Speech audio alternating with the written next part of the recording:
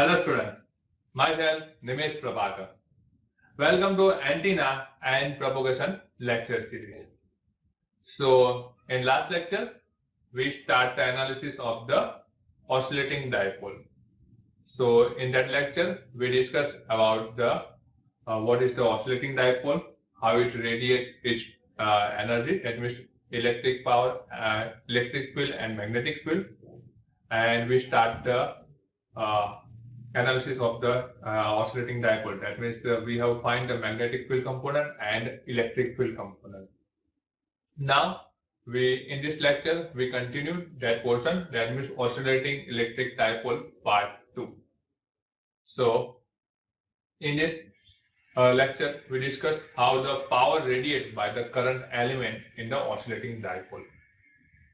From the last equation, that means in the last lecture we have discussed electric field E has component ER and E theta, while magnetic field has only one component H phi, that we have discussed in the last lecture.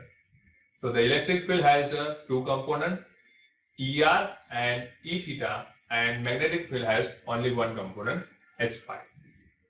Then we write the total E and H as, that means electric and magnetic field as E is equals to ER AR plus E theta A theta, and for the magnetic we can write the H is equals to H phi A phi, because the electric field has a two component, so we have write the ER and A theta, and magnetic field has only one component, is the phi direction, so we have write the H phi A phi. The complex Poynting vector is given by, so by using the Poynting vector equation we can write that W is equals to 1 by 2 E cross H, that means E bar cross H bar star. So now we substitute the value of the E and H in this equation, so we get the 1 by 2 ER AR plus E theta A theta, and to multiply by the H phi A phi. So when we solve this equation, so we get 1 by 2 E theta H phi AR minus ER H phi A theta. So this is, when we solve this equation, we get this. Now the complex Poynting vector in general is given by W is equals to WR AR plus W theta A theta plus W phi A phi. So comparing the equation number 1 and equation number 2, so we get WR is equals to 1 by 2 E theta H phi, same as W theta is equals to minus 1 by 2 ER H phi star, and for W phi is equals to 0. So when we compare the equation number 1 and equation number 2, we get the value of the WR, W theta and W phi. Each component of W can now be obtained separately. So we can obtain the WR first. So we have WR is equals to 1 by 2 E theta H phi, and we have the value for the H phi. So when we substitute the value of H phi and E theta in the WR equation, so we get this whole equation. That means 1 by 2 I0L 4 pi r sin theta eta jk 1 plus 1 upon jkr 1 upon jkr square e raised to minus jkr. This is the value of the E theta, into multiplied by H phi, that means I0L upon 4 pi r sin theta jk 1 minus 1 upon jkr e raised to minus jk. Now we solve this equation. So we get 1 by 2 I0L 4 pi r whole square sin theta into sin theta, so we get the sin square theta eta, and jk into jk, so jk square, and when we multiply these two, so we get the 1 plus 1 upon jkr plus 1 upon jkr square minus 1 upon jkr minus 1 upon jkr square minus 1 upon jkr cube. Now we solve this equation, so we get 1 by 2 I0L upon 4 pi r square sin square theta, theta is same, and jk square, and when we solve this square bracket portion, so we get 1 minus 1 upon jkr cube. Now, so we have the equation WR is equals to minus I0 square L square 32 pi square R square sine square theta eta 2 pi upon lambda 1 minus 1 upon jkr kr cube.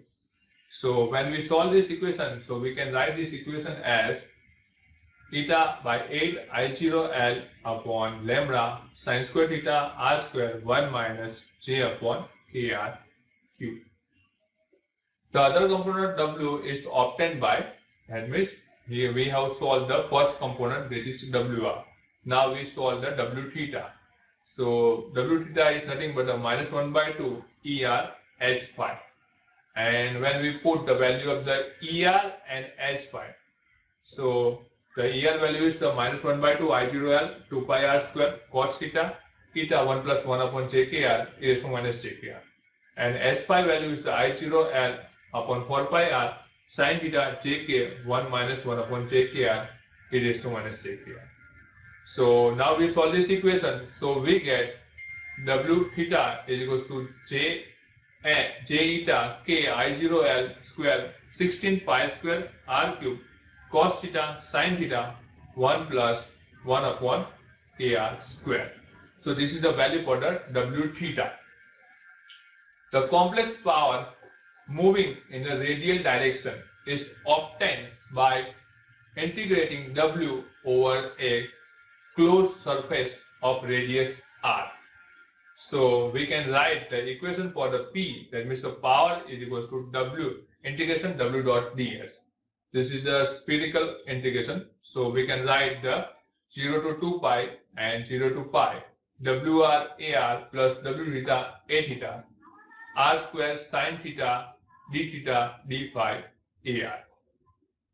So now here the AR into AR is equals to 1 and AR into A theta, that means this is the R and theta, that's why this is 0. So we get only the WR R square sin theta d phi. Using the value of WR from the equation number 4. So we have the value of the WR. So now we substitute the value of the WR and we solve the equation for the phi. So phi is equals to 0 to 2 pi, 0 to pi eta, so upon n I0 L upon lambda square sin square theta R square 1 minus j upon kr cube R square sin theta. So now when we solve the first, pi is equals to 0 to 2 pi, so we get the 2 pi and remaining portion, that means eta upon 8 I0 L upon lambda square 1 minus j upon kr cube is the common, and in the integration term 0 to pi sin cube theta. So we can solve the sin cube theta integration, and so we have directly written for the, when we solve this equation, that means the sin cube theta d theta 0 to pi, so we get the value is the 4 by 3.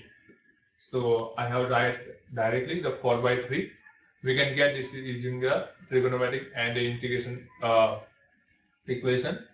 So we get the power P is equals to eta pi by 3 I0 L square upon lambda 1 minus j upon kr cube. So this is the value for the power P. This power consists of the real part and imaginary part.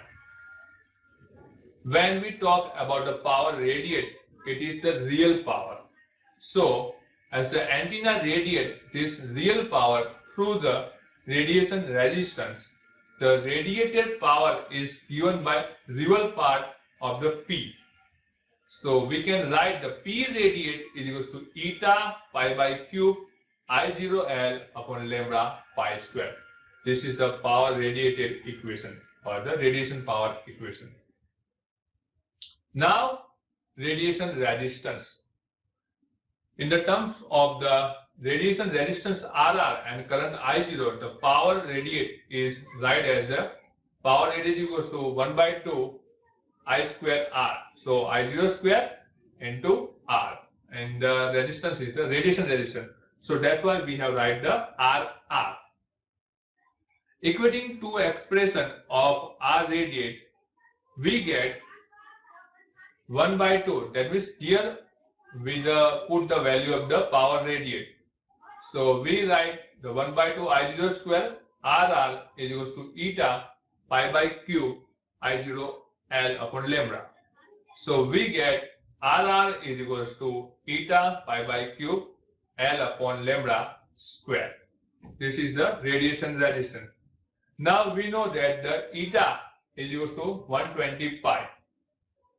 So for the free space, the eta value is the 120 pi. So when we substitute the value of the eta in the RR equation, so we get the RR is equals to 80 pi square L by lambda square. So this is the radiation resistance equation for the oscillating dipole or infinitesimal dipole. Now the directivity for the oscillating dipole. Directivity is obtained by using D0 is equal to 4 pi Umax upon P radiate. We know that the relation between the directivity and the Umax and the power radiate in the second chapter. That is in the parameter chapter. So Umax is the maximum radiation intensity and the P radiate is nothing but the power radiated. So to obtain the directivity, first we have to find out the Umax, that means the maximum intensity. The average Poynting vector is given by W average is equal to 1 by 2 real portion E cross H. So 1 by 2 we have the E cross H. This is we consider the E theta A theta into H phi A phi. And the relation between the eta, E theta and H phi, we can write this E theta A theta into E theta upon eta upon A phi. So W average becomes the 1 by 2 eta E theta square AR. So this is nothing but a W average into AR, where W average is also 1 by 2 n E theta square, and W average become eta by 2 K I0L 4 pi square sin square theta upon R square. So we have given this equation number 1. The radiation intensity U is related with the W average. So we can write this equation as U is equals to R square into W average is equals to N by 2 K I0L upon lambda sin square theta. The maximum value of U is obtained when theta is equals to pi by 2. So we substitute pi by 2 in this equation instead of theta. So we get Umax is equals to eta by 2 Ki0L upon 4 pi square. So this is the equation for the maximum intensity, U maximum. Same as we have to find the radiation power. So the power radiated by the infinitesimal dipole, we have equation P radiate is equals to eta pi by 3 I0L upon lambda square. So we have the equation for the power radiate and the maximum intensity U maximum. So now we substitute this value, that means the power radiate and U maximum, in the directivity equation. So we get that means here we have write the value for the U maximum and for the power radiation that we have write. Using the K is equals to 2 pi by lambda, we get D0 is equals to 3 by 2. The maximum effective aperture is AEM is equals to lambda square upon 4 pi into D0. So we get the maximum effective aperture for the oscillating dipole is 3 lambda square upon 8 pi. So the directivity for the oscillating dipole or infinitesimal dipole is the 3 by 2. And the effective aperture for the oscillating dipole is the 3 lambda square upon 8 pi. So this is the directivity. So here we complete this oscillating dipole analysis. Now in the next chapter we discuss the second one type of the dipole antenna. Thank you.